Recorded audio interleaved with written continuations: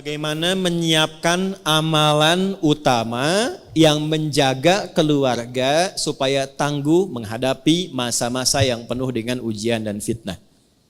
Yes. Sudah? Yuk kita bacakan. Saya mohon izin agak lebih tenang dan agak lambat untuk menyampaikannya sehingga mudah untuk dipahami.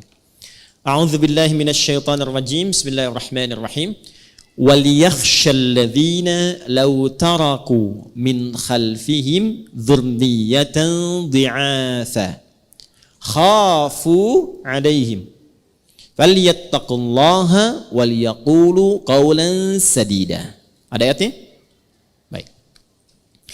Ini jawaban langsung dari Allah ya. Dan hendaklah setiap orang tua itu merasa khawatir yang sangat. Kekhawatiran dalam Al-Quran itu dibagi dengan dua kata. Ada khauf. Yang kedua ada khasyah. Baik. Anak biasa pulang jam 12. Jam 12:04 dia belum pulang. Ibu gelisah tidak? Khawatir tidak? Itu khauf namanya. Biasanya ibu tanggal 27 bulanan lancar dari suami itu. Tanggal 30 belum ada penampakan. Khawatir tidak? Nah, itu khauf namanya. Ya, itu ada di Quran surah kedua Al-Baqarah di ayat 155. Walanabluwannakum bisyai'im minal khauf wal ju' wa naqsim minal amwal wal anfus wath thamarat. Ketika sedang ngaji begini, tiba-tiba kita mendengar suara di balik ini.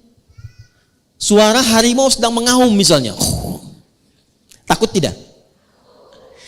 Takut yang ini sama enggak dengan takut yang dua tadi? Lebih takut atau kurang takut?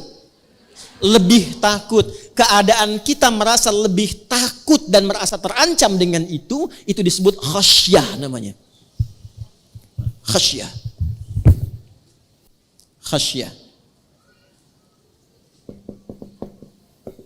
Ya. Sudah? Saya kembalikan.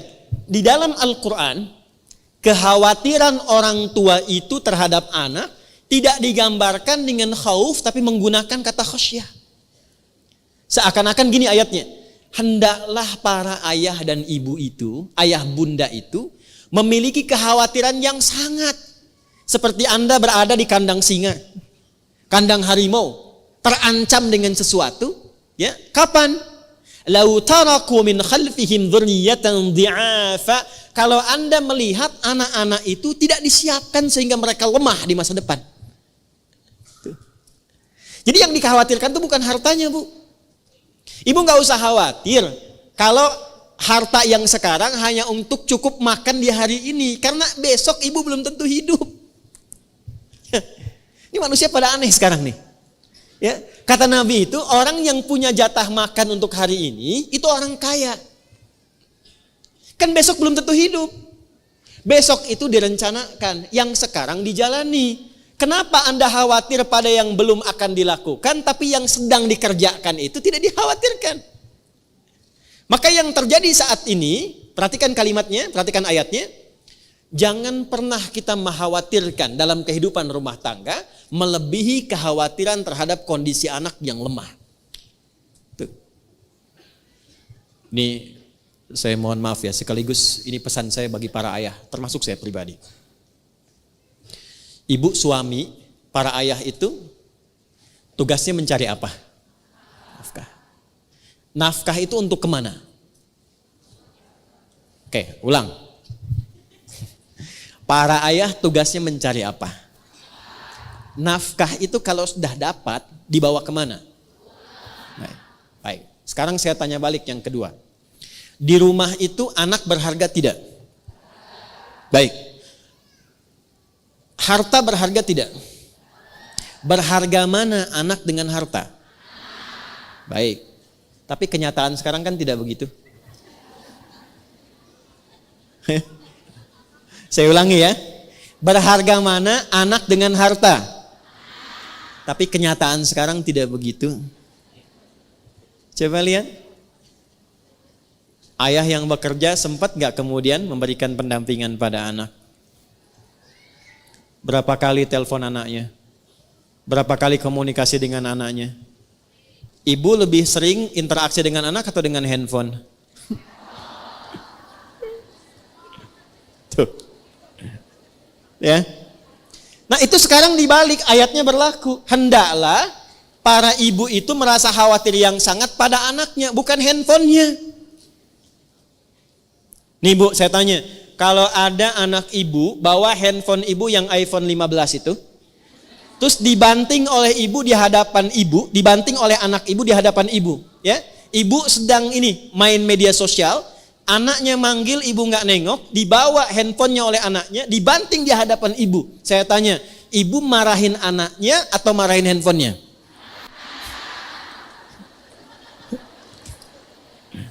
Tuh. Nah, ayat ini berlaku sekarang. Katanya Anda mencari harta itu untuk memberikan fasilitas pada anak. Sekarang Allah berikan harta, tapi Anda gunakan perhatian kepada harta melebihi anak. Oke, yang kedua, ada seseorang punya kambing dan punya anak satu. Anaknya sakit, lantas dia bawa kambingnya ke pasar. Dia katakan, saya mau jual kambing ini Pak. Kata pembeli, kenapa dijual? Untuk biaya obat anak saya yang sakit. Kejadian kedua, ada orang punya kambing, punya anak. Lalu anaknya dibawa ke pasar, disampaikan pada penjual, saya pengen jual anak saya Pak. Kenapa? Karena kambing saya sakit. Menurut ibu, yang benar itu yang pertama atau yang kedua? Tapi realitasnya sekarang terjadi berbeda. Perhatikan. Sekarang orang tua lebih memilih untuk menuntaskan pekerjaan sosialnya dibandingkan memberi perhatian pada anaknya. Karena itu kalau ada anak tumbuh dewasa dan abai pada orang tuanya, tolong jangan salahkan mereka dulu, istighfar dulu. Istighfar. Ibu kenal Nabi Ibrahim? Ayo bilang kenal, saya pulang. Anak Nabi Ibrahim yang pertama siapa? Ismail. Saya kasih pertanyaan, kalau benar saya kasih hadiah pertama 100.000 dulu.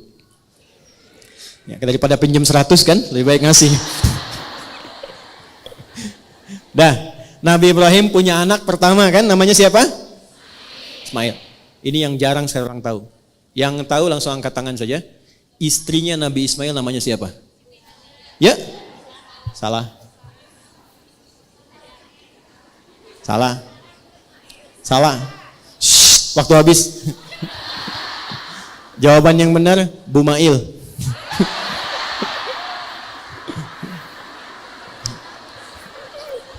Ibu hampir Bu ya, Ibu hampir. Saya punya istri, namanya siapa? Bu Adi. Pak Eko punya istri namanya? Nabi Ismail punya istri namanya? Nah itu gampangnya begitulah. Dah, sudah. Ini Ismail.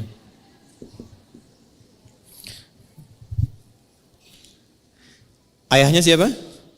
Ibrahim. Punya istri namanya? Bukan, Siti Hajar kalau yang ini ya. Ibrahim. Dah, sini. Ibrahim tinggal di mana alaihissalam? Di mana? Tepatnya di mana? Ibrahim tinggal di Kanaan di Palestina. Ismail di mana? Di Mekah. Perhatikan baik-baik ini yang mau saya sampaikan. Nanti kisah ini direkam sempurna dalam Al-Quran, bahkan di surah dengan namanya surah Ibrahim. Perhatikan baik-baik. Sekalipun ayah itu berada di tempat yang jauh, ayah di Palestina, anak di Mekah, tapi tidak menghilangkan kesempatan ayah untuk memberikan perhatian kepada anak. Nabi Ibrahim itu Nabi, Rasul, seorang suami, seorang ayah. Beliau mencari nafkah, beliau berdakwah. Tapi setiap pertumbuhan Ismail itu selalu memastikan dan datang melihat. Ismail tumbuh bagaimana? Ismail temannya siapa? Sampai mau nikah pun itu tahu dan memberikan arahan. Ini istri yang bagus begini, yang soleha begini. Apa yang terjadi? Ini yang mau saya katakan. Dengan perhatian orang tua yang begitu luar biasa, bahkan belum balik pun, itu anak merasakan dalamnya pekerjaan ayah. Saat Nabi Ibrahim diperintahkan oleh Allah, tugas meninggikan bangunan Ka'bah, ditinggikan lagi, karena di zaman Nabi Nuh itu hancur kena banjir. Saat mengambil batu, kakinya melangkah, kaki pertama yang menapak disebut makom namanya. Jadi kalau ibu umrah atau haji, itu di Hajar Aswad, geser sedikit ke kanan, searah tawaf, itu ada makom Ibrahim ya. Nah, itulah tapak kaki Nabi Ibrahim pertama saat akan meninggikan bangunan Ka'bah. Lalu ketika membawa batu ingin meninggikan, anaknya melihat itu. Nah, yang tidak banyak orang tahu, anak beliau itu, Sayyidina Ismail, itu belum balik waktu itu. Ketika melihat ayahnya sedang bekerja, merasa pekerjaan ayahnya, maka anak itu bawa batu dari sisi yang lain. Batu yang dibawa kemudian disusun. Kalau bahasa kita, ayah aku boleh bantu enggak? Disusun-susun. Kalau batu sendiri, batu disebut hajar namanya. Kalau dia disusun-susun, membentuk satu bagian disebut hijr namanya. Kalau dia menjadi ruang disebut hujrah namanya. Maka disusunlah batu itu menjadi bagian dari sisi Ka'bah. Sampai sekarang diabadikan dengan nama Hijr Ismail. Tapi poinnya bukan karena hijrnya. Poinnya itu refleksi bagi setiap orang tua yang tawaf. Itu dengan hubungan dengan anak bagaimana? Jangan-jangan harta kumpul bagus, jabatan suami bagus, ibu enak, tapi dengan anak gak cocok. Gak pernah kenal, gak pernah salam, pergi cuek begitu saja. Apa? Jadi harta yang didapatkan selama ini untuk apa? Anda mencari harta keluar untuk yang di dalam. Anda dapat harta di luar, tapi gak dekat dengan yang di dalam. Lalu manfaatnya apa harta yang didapatkan itu? Dan hebatnya, saat mendapat tugas berat untuk menyembelih pun, itu anak langsung berdedikasi mengorbankan jiwanya. Pak, kalau perlu lakukan sekarang cepat, jangan ditunda. Orang tua yang begitu perhatian pada anak, Anda bukan hanya mendapatkan kasihnya, dia bahkan rela berkorban nyawanya untuk kebahagiaan kedua orang tuanya. Itu yang sekarang tidak nampak dalam kehidupan kita. Ibu kalau lihat anak sakit keras, seakan ingin bertukar ganti kan? Ya Allah, kalau perlu saya saja ada di situ. Sekarang anak melihat orang tua sakit keras. Ya Allah, lebih cepat lebih baik ya Allah. Dah. Yuk kembali ke ayat Quran surah 4 ayat 9. 3. Ada berapa? 3. Wal yakhshal ladzina law taraku. Ini jawab dulu ya supaya enggak melebar kemana mana.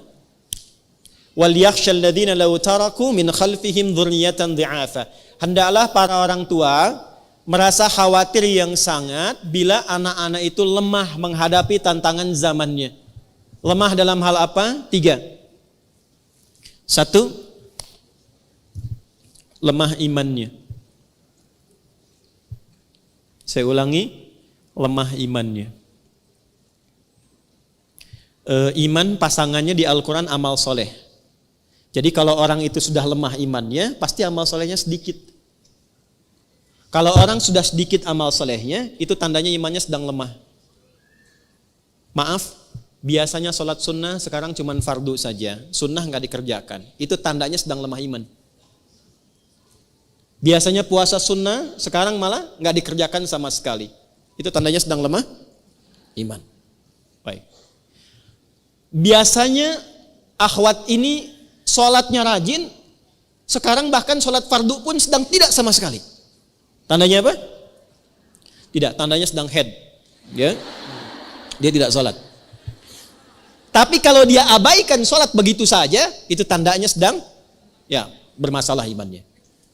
Saya ulangi, akan muncul masa-masa di mana iman seseorang itu, kata Nabi, begitu saking lemahnya, bukan sekarang menurun. Ada yang paginya beriman, sorenya sudah hilang imannya. Yusbihu mu'mina wa yumsi kafira. Subuh masih beriman, sore sudah nggak beriman lagi. Dan itu terjadi dengan cepat sekali. Ya, pagi-pagi masih biasa. Begitu sore ketemu kawannya yang berlawan jenis dan mengatakan aku mencintaimu. Tapi kalau engkau cinta kepadaku, engkau harus ikut agamaku. Banyak terjadi sekarang? Saya ulangi, banyak terjadi sekarang? Itu. Lemah iman. Kalau mau diterima kerja di sini silahkan. Tapi harus konsisten dengan jadwalnya. Dan jadwalnya dibikin persis di waktu-waktu sholat. Sampai jaga toko pun rela menjaga toko dengan meninggalkan Jumatan. Ada yang begitu? Kalau dipertahankan itu tandanya imannya bermasalah. Baik. Suami ibu dapat pilihan, Pak, ini proyek besar. Bapak ikuti cara kami, Bapak dapat fee 50 miliar. Tapi kalau Bapak bertahan dengan aturan, yang gak dapat Pak, cuman gaji aja 5 juta. Saya tanya, ibu pilih mana? Dapat 50 miliar kehilangan iman, atau mempertahankan iman cuma 5 juta? Gak ada pilihan ketiga, udah gak usah milih, 2 aja itu. Saya tahu pengen 50 miliar dan 5 juta, saya tahu itu. Karena eranya gak milih begitu, cuma 2 pilihannya. Sekarang cuma 2. Ya, dia hafal Qul huwallahu ahad, dia katakan semua agama sama, menuju pada Tuhan yang sama, cuma caranya beda. Ada yang begitu? Ada yang gak kenal dengan masjidnya, dia sholawatan sudah pindah ke tempat ibadah umat lain. Ada yang begitu? Nah, tandanya sudah muncul. Kata Allah, kalau orang tua sudah mendapatkan yang seperti itu eranya, mesti khawatir lebih dalam kepada anaknya dibandingkan dengan masa-masa biasa. Lemah iman. Nanti kita cari solusinya. Orang tuanya jangan ikutan. Sudah eranya begitu, yang dikuatkan bukan imannya. Diberikan fasilitas dunia lagi, handphone ganti lagi, kan? Ya, mobil ganti lagi, motor ganti lagi. Tapi nggak dilihat gimana sholatnya, gimana baca Qurannya. Ya, ibu kalau ada kebakaran sedang melanda dan kita berlindung supaya tidak terjadi demikian. Ini contoh saja. Ada kebakaran terjadi, anak ibu tertidur di kasur. Ibu apakan? Bangunkan. Dan dia mengatakan, nanti aja nggak enak. Ibu paksa dia keluar atau tidak? Kenapa? Takut terbakar. Panas gak apinya? Nah, saya mau kasih tahu dari sekarang, neraka itu lebih panas. Dan saat sudah tiba waktunya, udah nggak ada kesempatan lagi. Ibu nggak bisa berkata begini, ayo cepat di depan neraka, nggak bisa. Kalau waktunya sudah tiba, udah selesai. Tidak akan bisa menggantikan setiap posisi. 2, lemah ilmu.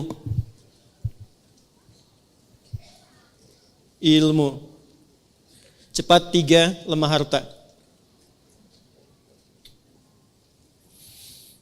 1 iman, 2 ilmu, 3. Nah, jadi kalau ibu di sini bertanya bagaimana mengatasi fitnah akhir zaman, kuatkan 3 hal ini. Tapi urutannya jangan dibalik ya. Urutannya masih seperti ini. 1 apa? Iman. Yang kedua? Yang ketiga?